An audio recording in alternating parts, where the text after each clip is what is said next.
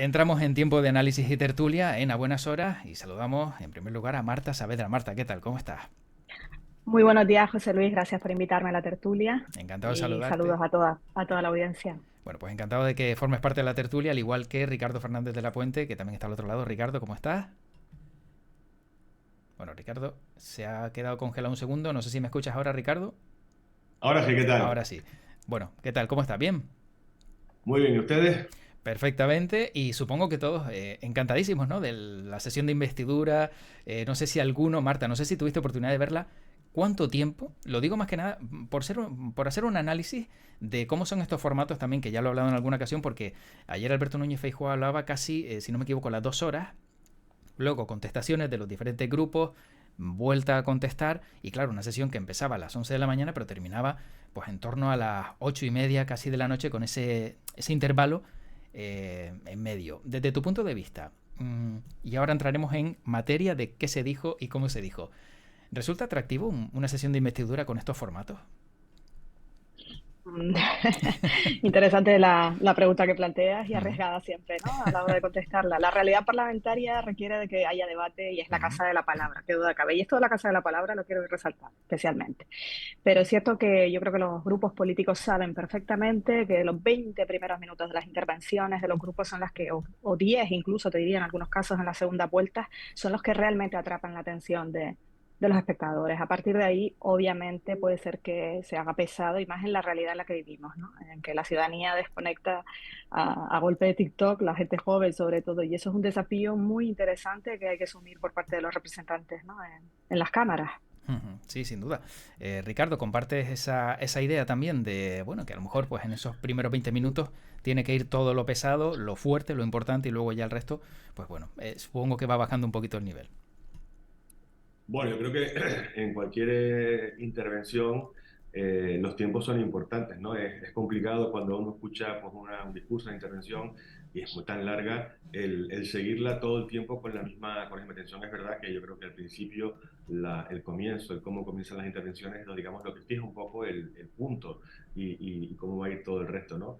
Y luego, bueno, nos quedamos todos pues, eso, con los chacarrillos, con las bromas, con lo que se improvisa, que no se trae escrito y que se aprovecha para, bueno, para usar la réplica de lo que ha dicho el interviniente.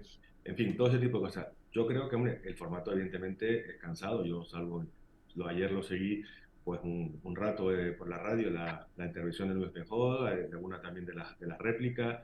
Por la tarde también, pues lo puse y lo estuve haciendo otro rato, pero es evidente que esto, más allá de la gente que directamente está involucrada, pues a nivel de partidos políticos, de equipos pues de este caso del candidato o de los grupos parlamentarios, es complicado que nadie de la calle lo siga durante todo el tiempo. Seguramente habrá gente que lo haga, ¿no? Pero no es, yo creo que no es lo que sé, porque es un formato demasiado largo, demasiado tedioso, muy encajonado, como suelen ser los parlamentos, y eso hace que, bueno, que quizás pierda un poco esa frescura que vemos todos, por ejemplo, en el caso por ejemplo, del Parlamento británico, que ahí se gritan, se saltan, que saltan los órdenes, en fin, nosotros somos eso, para eso somos mucho más ordenados que los británicos. Sí, sí, lo que pasa es que, claro, si aquí con lo poco que hay ya se monta, imagínate si llegamos, ¿no?, a ese nivel también del Parlamento británico, no me veo yo a Francina Armengol pidiendo orden, ¿no?, de esa manera como hace, pues, Order, order. order, exacto, order, order, ahí, ahí.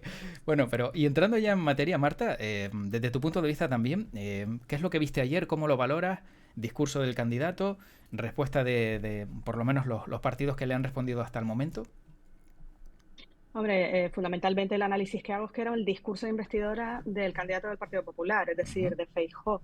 Y realmente no nos sorprendió ni el tono ni el fondo de las palabras, ¿no? Y yo creo que Feijóo sabía perfectamente a lo que se enfrentaba, han venido ya preparando ese escenario, ¿no? Y quizás creo que el interés que había también era de poner en el foco a Pedro Sánchez, pero creo que la decisión por parte del Partido Socialista fue acertada en este sentido, de no darle la réplica al señor Sánchez, sino el señor Puente, porque realmente al final lo que pudimos ver fue el Feijóo de siempre, el que ha estado en la campaña pues falsificando los datos, ¿no? Y ejerciendo un tipo de discurso bastante agresivo, si se me permite decir, ¿no? Yo creo que fueron unas cuantas los gazapos, las mentiras que ayer detectamos en ese mismo discurso. Es lamentable ver cómo el Partido Popular se ha lanzado a esta dinámica, opino, que creo que no le lleva a ninguna parte, porque si cuando obtienes un margen de victoria, como dijo él, de 137 escaños, luego no eres capaz de realmente conformar un gobierno en la suma del arco parlamentario, pues chicos, yo creo que esto es algo que hay que hacérselo mirar, sinceramente, ¿no? Y bueno, pues eso, no nos llamó para nada la atención, pues que diera cifras que no eran reales, ¿no? En relación a plantear esa España, ¿no? Esa España que se rompe, esa España apocalíptica en la que ellos sigan insistiendo, y creo que es producto también de haberse abrazado a las fórmulas populistas de la ultraderecha con las que están haciendo y conformando tantas alianzas. Por tanto, bueno, creo que eso fue una de las cosas que quería hoy destacar, el contenido también del discurso, porque se habla más de la forma, pero en cuanto a la forma, el juego democrático, el orden parlamentario tiene que prevalecer. Y esto es algo que tenemos también que decir. Ayer hubo, opino, ciertos momentos, y mira que se han visto momentos Ujú. bastante exóticos en este Parlamento, pero ciertamente ayer se percibió un grado de tensión que yo creo que también procede de lo que decía al inicio, ¿no? Que es que no contaban con la maniobra del perfil bajo, entre comillas, que asumía el presidente Sánchez, ¿no? El presidente en funciones. Ujú. Ricardo. Bueno, a ver, yo creo que no estuvo bien que en este caso el señor Sánchez no fuese la réplica. Yo creo que eso le corresponde, pues en este caso, pues al líder de cada partido, y bueno, el renunciar a eso y poner un diputado, con todo mi respeto para el señor Puente, pues no tiene, digamos, tiene ese punto. Yo creo que de no querer entrar en un debate que sabe que para él era incómodo, y que en este caso el señor Feijóo pues, puso claramente, ¿no? No se puede ser presidente a cualquier precio, no se puede, digamos, jugar con los valores de la Constitución, de la unidad de España, no se puede dar que sí a todo, porque también, como dije al momento, esto no es lo que pide toda Cataluña. En Cataluña hay mucha gente que no está de acuerdo con estos planteamientos, que no está de acuerdo con lo que se está poniendo sobre la mesa, y que, por ejemplo, el señor Rufián lo dijo claramente, ¿no? La amnistía ya está y ahora tenemos que ver cuándo ustedes nos van a dar esa autodeterminación, ¿no? Veremos, como se suele decir, y también creo que lo dijo Luis Fijó, queda reflejado en el libro del diario de sesiones, lo que ahí se dijo, cómo se dijo, y veremos lo que ocurre, bueno, pues hoy en la votación, que será fallida, el viernes probablemente también, salvo sorpresa, lo sea, y veremos en los próximos 2 meses cuál es el precio que se tiene que pagar, porque evidentemente los independentistas y los terroristas de Bildu no están dispuestos a darlo gratis, ¿no? Y en este caso parece que el Partido Socialista, parece que el señor Pedro Sánchez sí está dispuesto a ser presidente a cualquier precio. Marta, ¿y tú no crees que esto le puede pasar factura a Pedro Sánchez? El hecho de a lo mejor pues, de ceder tanto, ¿no? Porque parece que una vez que ya cedes en un punto, como se suele decir, ¿no? Cuando cedes, y entre comillas, no digo que sea el caso, pero cuando cedes a un chantaje, el chantajista siempre te va a pedir más, ¿no? Porque te tiene cogido. Imagínate todo esto de cara, por ejemplo, a sacar un presupuesto. Claro, si ya Para cedes nada, a la investidura, sí, pero luego ya siempre van a pedir más, ¿no? para nada estoy de acuerdo con el planteamiento del chantaje. Mira, lo Ujú. que es evidente, a las pruebas me repito, es que con un gobierno progresista, con un gobierno presidido por el Partido Socialista en los últimos 5 años, solamente podemos ver una realidad, y es que el independentismo ha decrecido. Es decir, esto no puede ser casual. Es obvio que con un gobierno progresista, con un gobierno de diálogo y de consenso, se ha distendido la materia, la cuestión. Y esto es lo que entiendo yo que el Partido Popular no termina de asumir. Y por tanto, creo que abrazarse a esas fórmulas de amenazar, de decir que estamos en manos de los independentistas, y sobre todo iniciar tus 10 primeros segundos de un discurso de presunta investidura, ¿no? Para presentar un proyecto de gobierno a la nación con el comentario de lo que es la amnistía, cuando la amnistía es algo que todavía no procede en este momento que analicemos, porque no sabemos realmente, y lo dijo Pachi López el otro día, son cuestiones de los partidos de la negociación, pero es que este no es el momento de que Feijóo se enfrente al Parlamento e intente lograr esos apoyos. Y la única realidad es que no los ha logrado, porque como te digo, el verdadero problema que tenemos ahora mismo no es el independentismo, que se ha ido mitigando con el paso del tiempo. Y por cierto, el Partido Socialista Catalán, ahí tienes las cifras, es uno de los ejemplos.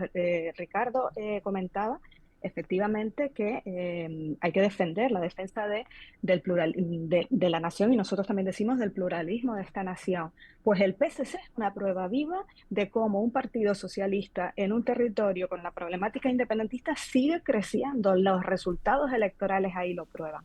Por tanto, creo sinceramente que el verdadero temor que tenemos que tener ahora mismo no es el independentismo menguante, sino la ultraderecha creciente y un Partido Popular que abandona el espacio del centro derecha, abrazándose en pactos en comunidades autónomas, como estamos viendo, a la ultraderecha fascista de Abascal. Ese es el verdadero problema. También digo que se pueden Yo, interrumpir de manera ordenada, no sí, necesiten que yo les dé la no, palabra. yo siempre, y a mí no se me podrá tachar, bueno, pues ni de ser de una ultra izquierda ni ultraderecha, y creo que a los hechos me remito, ¿no? Pero a mí me hace mucha gracia cuando desde la izquierda se pone que viene el lobo con el tema de la ultraderecha y que, bueno, que esto es el apocalipsis, ¿no? O más o menos que a las barricadas, y en cambio no tienen ningún pudor en estarse y meterse en la cama con la ultraizquierda, o con los independentistas, o con los asesinos de ETA, que llevaron casi 40 personas en las últimas elecciones, ¿no? Ese doble lenguaje, en este caso del Partido Socialista, es lo que a mí sinceramente me llama mucho la atención. O sea, o somos demócratas a todos los efectos y ponemos cuáles son los límites del terreno de juego, o si todo vale, vale para todos. Entonces, yo sinceramente, yo no tengo ningún miedo a la ultraderecha, tampoco lo tengo a la ultraizquierda, siempre que sea definan unos postulados dentro de lo que es la Constitución y dentro de lo que son las normas de juego que nos hemos dado todos los españoles. A partir de ahí, todo lo que salga de eso, todo eso tergiversar, el usar el triquiñuelas para llegar a otros fines, más allá de lo que la Constitución nos dice, bueno, tenemos un tribunal constitucional que yo espero que sea consecuente y que no permita pues, cosas como esta, ¿no? No se puede dar amnistía, por ejemplo, a quien no ha sido juzgado. Yo creo que eso no sería lo coherente, ¿no? Y que encima está dispuesto a repetir una y otra vez lo que ya hizo y lo han dicho claramente. O sea, que no es que me lo estoy inventando yo. Dice, esto es una amnistía del 1 de octubre para poder volver a repetir el 1 de octubre, ¿no? En fin, yo creo que eso que sigan diciendo, el perdón, la constricción, el arrepentimiento para poder recibir el perdón, en este caso, como ha ocurrido también en algún otro caso que se ha hecho, no existe y no está, ¿no? Y eso es lo que realmente preocupa. A mí eso de que viene la ultraderecha, pues no le tengo tanto miedo como que vengan esas personas que sí quieren romper con las normas que vemos ante todo y que una parte pequeña, eso es verdad que el independentismo ha bajado, pero quizás por miedo de los propios catalanes a ir más allá. Vemos como la situación de Cataluña, por mucho que digan empresas que ahí se han fugado, porque la situación es insostenible, la inseguridad en Cataluña y sobre todo en Barcelona crece de manera importante y todo ese caldo de cultivo, todo ese mal convivir, yo creo que es lo que está afectando a este proceso. Lo que realmente importa es cómo solucionamos los problemas de los catalanes, cómo solucionamos el problema de los andaluces, cómo solucionamos el problema de los vascos, de los gallegos, de los canarios. Ese es realmente lo que tiene que ser la función, ¿no? Y no cómo, bueno, pues darle cobertura o dar satisfacción pues, a un pequeño grupito de diputados que evidentemente ahora sí hacen falta para gobernar, por lo tanto tendrán que poner un precio, ¿no? Y todos sabemos que esto de los pactos hay precios y hay que pagarlos y peajes que hay que pagar y parece ser que sí, el señor Pedro Sánchez sí está dispuesto a pagar esos peajes que este grupo de personas pues está pidiendo. Bueno, Ricardo, sí. ay, perdón. No, sí, Sí, sí, sí, Marta, por se me favor. permite. Es un placer debatir en tu Mm, programa, José Luis, mm. y en este caso con Ricardo, que lo conozco personalmente todavía más. Pero estarás conmigo, bueno, o no, pero sinceramente, es que caer en la trampa de la polarización y decir y confrontar ultraderecha versus, entiendo que el partido con el que estamos en coalición, el gobierno funcione, pues sinceramente yo creo que no es equiparable. Y además, sinceramente también te digo, no olvides que también el señor Aznar y los gobiernos del PP en su día, cuando hizo falta alcanzar acuerdos con los partidos nacionalistas, indultaban a etarras que habían estado condenados. O sea que no podemos sacar, por favor, la dinámica de este juego de la confusión a la ciudadanía, porque es que entonces no estamos cumpliendo las reglas del juego. Por otra parte, efectivamente, nosotros Sí, reconocemos, por supuesto, la legitimidad de ese, como dices tú, pequeño grupito de representantes en las cámaras que han sido votados por muchos españoles, catalanes, vascos, gallegos, pero hay que asumir la realidad de la transformación social en la que estamos. La España de hoy no es la España de hace 20 años ni de hace 40 años, aunque ustedes se empeñan en querer perpetuarla. La realidad es que no hay un pensamiento único, hay que respetar la diversidad. Y ojo, este gobierno de progreso, este gobierno de coalición con un partido de izquierdas como es Podemos, es un gobierno que no restringe derechos. Lo que yo veo en las comunidades autónomas en las que gobierna la derecha con la ultraderecha es un constante recorte de derechos de la ciudadanía, un desprecio por la diversidad, ataques al colectivo LGTBI, negación de la violencia de género. Y todo eso considero que también es tan peligroso como decir que porque exista un conjunto de independentistas decreciendo, donde el conflicto ya ves que no está incendiado como hace 5 años, por favor, algo ha tenido que pasar y creo que ese algo se llama el gobierno del Partido Socialista en coalición presidido por Pedro Sánchez. Bueno, Ricardo, cierra este A- tema a- si te a- parece, para... No, no, no, yo encantado, además, yo no tengo en este caso ningún predicamento para un lado y para otro. Yo lo que sí quiero, y que lo dije bueno, en mi anterior intervención, es que se solucionen los problemas reales que hay en la calle y los problemas reales que afectan al conjunto de los españoles, no a un determinado grupo, con todo mi respeto para tus votantes, por supuesto, eso les faltaría, pero sí es verdad que siempre se pone esa balanza, ¿no? Solo se puede mirar para la ultraderecha, pero no para la ultraizquierda, cuando, por ejemplo, la ultraizquierda lo que está fomentando es la ocupación de vivienda, el que la propiedad privada, pues prácticamente en España no tenga ningún valor, que se proteja al que incumple la ley, que se proteja al que transinge. Esto es lo que realmente a mí me preocupa, porque al final oiga, estamos en un Estado de Derecho, pero el derecho debe ser para todos, no solamente si no me gusta, a mí me haces una norma a mi manera y a mi forma de ser y yo no juego con estas reglas, ¿no? Eso es lo que a mí personalmente me preocupa, y me preocupa que un partido como el Partido Socialista esté dispuesto a entrar en ese juego, porque para gobernar no todo vale. Bueno, como decía, para cerrar este capítulo, solo quiero ver la reacción. Todos dan por hecho entonces que en la votación ni hoy ni el viernes lo va a conseguir Feijóo, que no va a haber ninguna sorpresa de 4 votos, 4 despistes, Marta, nada que diga, vaya sorpresa nos ha dado esto. Hombre, quiero creer que de haber un error sería por despiste, ¿no? Pero Mm. evidentemente estoy convencida de que eso no va a ser así y me parece lamentable que llevemos semanas con el fantasma de la posibilidad de que se rompa la disciplina del voto por parte de mi partido. Sinceramente, me parece también un modo muy indeseable de desviar la atención hacia una única realidad, y es que el señor Feijóo no consigue la suma parlamentaria, no tiene capacidad de pacto más que con una serie de partidos, entre ellas el partido de la ultraderecha, que, por cierto, decrece en los últimos, en los últimos comicios, afortunadamente, porque de la caída de Vox poco se habla. Pero afortunadamente, a la par que sube y que crece la opción diversa de los territorios, ¿no? Con ciertas peculiaridades culturales, como son las de Bildu, PNV, Junts, Esquerra, etcétera, también habría que analizar el por qué estos partidos no quieren sentarse a dar el apoyo al PP de Feijóo. Ricardo, tampoco va a haber sorpresa desde tu punto de vista, ¿no? No, yo no creo que haya sorpresas. A ver, todo puede ocurrir, ¿no? De aquí, en esta primera situación, seguro que no va a haber. En las próximas 48 horas, en la votación del viernes, creo que tampoco las puede haber, pero siempre hay que dejar un espacio abierto a la esperanza y que vamos a tener finalmente pues un gobierno, sea este viernes o sea dentro de 2 meses, pero un gobierno dentro de la Constitución y respetando las normas que nos hemos dado. A ver, lo que pasa es que de 350, tú imagínate que si equivoca uno del PSOE, uno de Sumar, uno de Podemos y uno de Esquerra. Ha ocurrido en otras votaciones, Claro, ha lo ocurrido en digo otras más que nada por eso. votaciones Claro, y eso ocurre y bueno, claro. lo que luego queda, y bueno, sí quedan leves decisiones, pero lo que se vota es lo que se vota, independientemente que uno luego haga un acto de arrepentimiento, pero la votación es la que uno hace en ese momento. Lo que pasa es que, claro, son 4 que les hace falta al PP, pero el PP también se suele equivocar bastante en las votaciones, con lo cual a lo mejor pues ellos mismos se boicotean, ¿no? Que podría darse el caso, ¿no? Que ya hemos visto en alguna ocasión. Bueno, Día Mundial del Turismo. Empezamos en esta ocasión por ti, Ricardo. Día Mundial del Turismo, día importante, sobre todo en Canarias, ¿no? Donde pues nuestro Producto Interior Bruto y la gran parte del empleo que se genera en Canarias está relacionado con el turismo. Bueno, sí, esto de los días mundiales hay para todos los gustos, para todos los sabores y para todos los motivos, ¿no? Y bueno, yo creo que es importante, creo que fue este lunes pasado, creo que el Día Mundial de los Farmacéuticos, en fin, Sí. todos los días hay un Día Mundial de algo y muchas veces hay más de una cosa el mismo día. Pero en el caso concreto del turismo, yo creo que está bien que, bueno, por un momento, pues hagamos un acto de reconocimiento, pues a que esta parte de la industria que tan importante es para Canarias, que es la que en este caso pues, nos está ayudando a esa recuperación lenta que está haciendo todavía en Canarias, particularmente, bueno, pues para poder también reactivar otros sectores y para poder generar esos recursos para atender a las personas que más necesitadas están y que peor lo han pasado.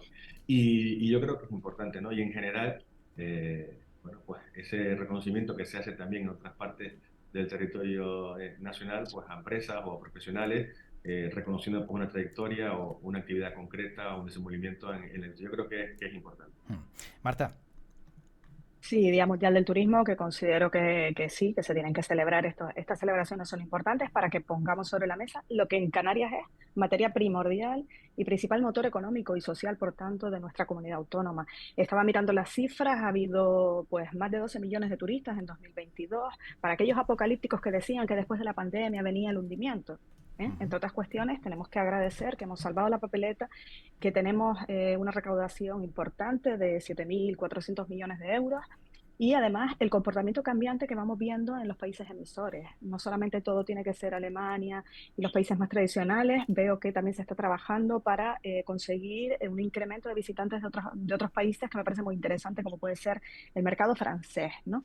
Y por otra parte, yo solamente pongo el foco aquí en lo que para nosotros es algo primordial, que insistimos totalmente. Tenemos que dejar de pensar que hay que caminar hacia un turismo más sostenible. No, es que el turismo debe ser sostenible, ¿de acuerdo? Y eso solo lo podemos lograr con un gran pacto entre todos, desde el consenso, desde el acuerdo, para que la comunidad autónoma sea un ejemplo de sostenibilidad en esta materia, para que avancemos en una estrategia canaria de excelencia en la sostenibilidad turística, ¿no? Porque hay que conservar, hay que preservar este gran motor que es, como decía al principio. Y por último, ejemplos claros.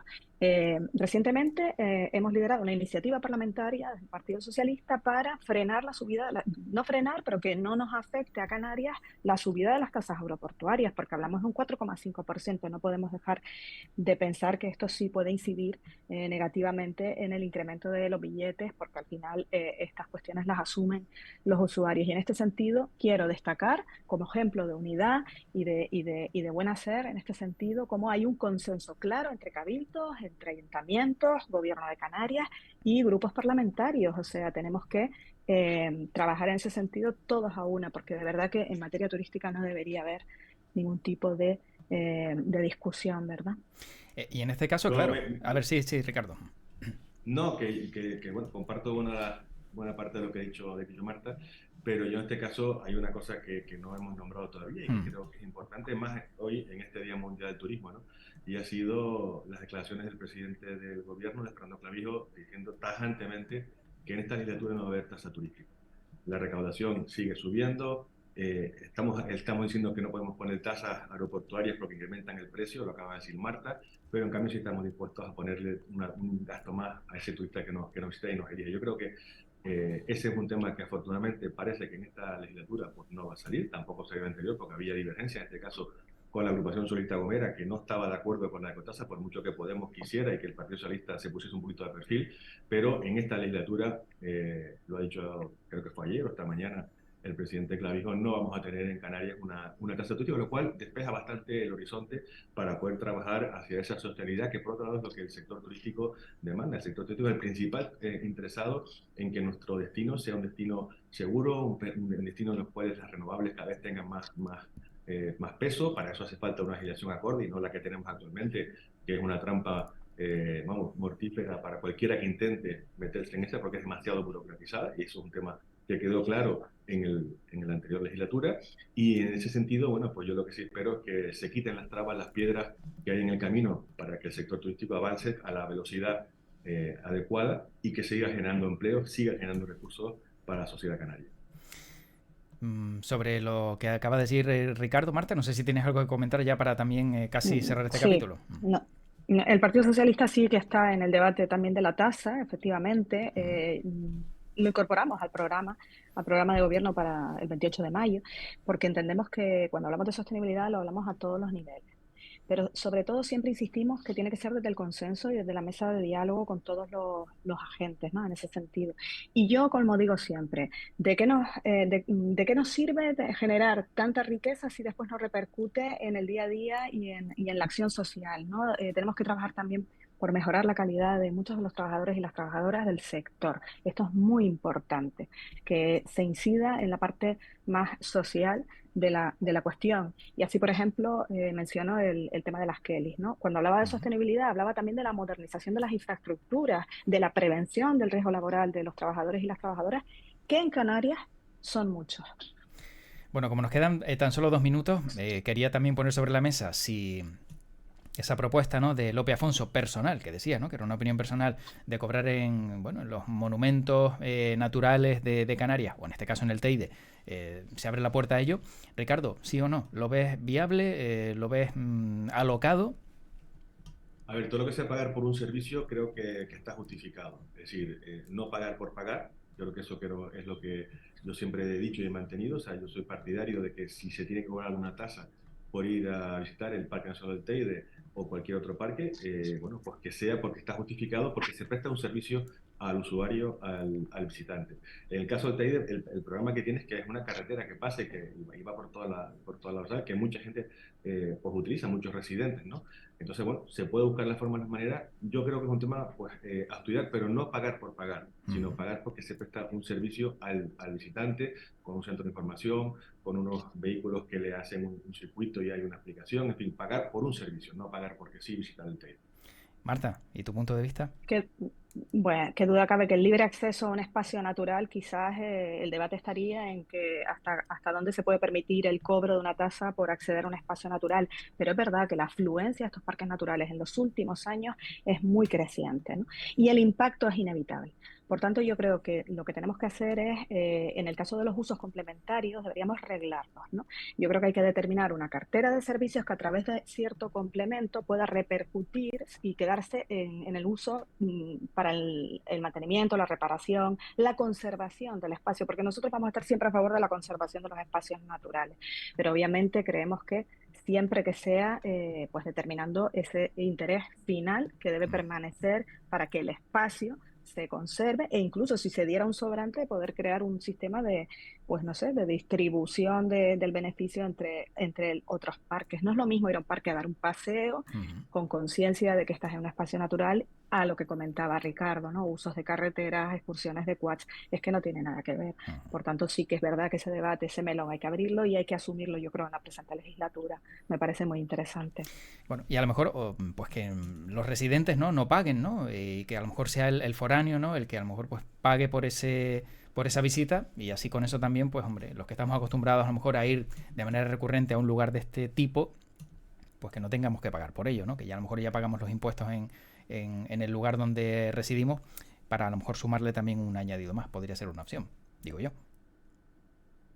Sí, evidentemente eso ocurre pues, en el caso, por ejemplo, de los museos, que los residentes pues, no suelen pagar los museos, otro tipo de servicios, ¿no? Pero, insisto, yo creo que lo que sí se tiene bueno, en este caso sí quiero dejar claro que no es pagar por sí, porque espacios por muy protegidos que pueda estar el Parque Nacional del Teide, pues nuestras costas también son, nuestras playas también son. O sea, lo siguiente podría ser porque no se paga también por las playas, ¿no? O sea, yo creo que... Bueno, lo que pasa en Lanzarote, ¿no? En Papagayo también.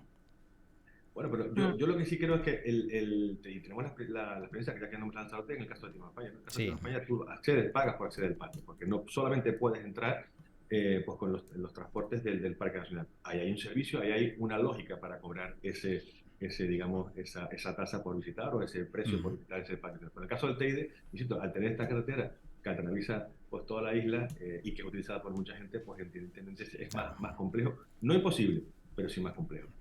Bueno, tenemos que dejarlo aquí. Como antes Ricardo también hacía referencia a los días, y ya sabes que yo soy muy fan, ¿no?, de estos días internacionales, sobre todo los raros. Hoy es el Día Mundial de la Leche Escolar. Lo digo también como no solo Día Mundial del Turismo, porque es una fecha donde se destaca la relevancia del consumo de leche en la etapa de la infancia y en la etapa escolar. Y seguro que alguno de ustedes también vivió aquella época en la que te aparecían por el colegio con una bolsita de leche en polvo Millac, que bueno, que los más atrevidos a lo mejor pues Metíamos una cucharada y te quedabas, vamos, que como no te bebieras 1 litro de agua después, no salías de esa, ¿no? No salías de esa. Pero Me bueno, acabas de recordar, sí, algún episodio de mi ah, que infancia, sí, ah, que efectivamente. sí. Me encantaba meterme la cuchara de leche Miñac en la boca sin nada. Sí, sí, sí. Ahí leche en polvo, sin nada, venga, de atrevidos Lo y que está bueno. claro es que vivimos, Claro. si se me permite nada, una Sí, pequeña, vivimos una etapa en donde todos son leches alternativas y voy a explicar una anécdota personal. Es sí. decir, aquí en mi casa, que tengo jóvenes de la generación Z, me insisten en que no hay que consumir leche de vaca. Yo me niego, me resisto, porque para mí eso es algo insuperable. A mí odiaba la leche de pequeña, pero de mayor me encantó y bueno, la verdad es que ya no puedo pasar sin mi café con leche. Pero es verdad que me hacen comprar a veces unas leches rarísimas que yo digo, bueno, Ujú, avena, almendra, ¿no? Opciones alternativas que ves, arroz, y yo respetando que existan y que a la gente las ujú. consuma y le gustan, y no sé si son más saludables o no, pero yo lo de la leche, en eso soy conservadora. Sí, sí, sí. Además, Yo Ricardo, la leche de toda la vida. sí, Exactamente, ahí coincidimos. sí, Ahí estamos de acuerdo. se saca leche de donde no piensas que exista, ¿no? Como dices tú, la almendra, dices tú, y esto tiene Claro. leche, pues mira, una cosa tremenda. Pero bueno, bueno, pues ha sido un placer charlar este ratito en tertulia con Marta Saavedra y con Ricardo Fernández de la Puente. Le invito en un futuro no muy lejano también pues a seguir dialogando y debatiendo sobre los temas de actualidad aquí en streaming en A Buenas Horas. Gracias, José Luis. Un abrazo a Ricardo desde Las Palmas de Gran Canaria. Y bueno, Gracias y un saludo hasta Marta otra y vez. un saludo para ti Marta y muchas gracias por este ratito José Luis y como siempre a tu disposición cuando tú quieras. Muy bien, cuídense mucho. Un abrazo. Chao, chao. Gracias, buen día.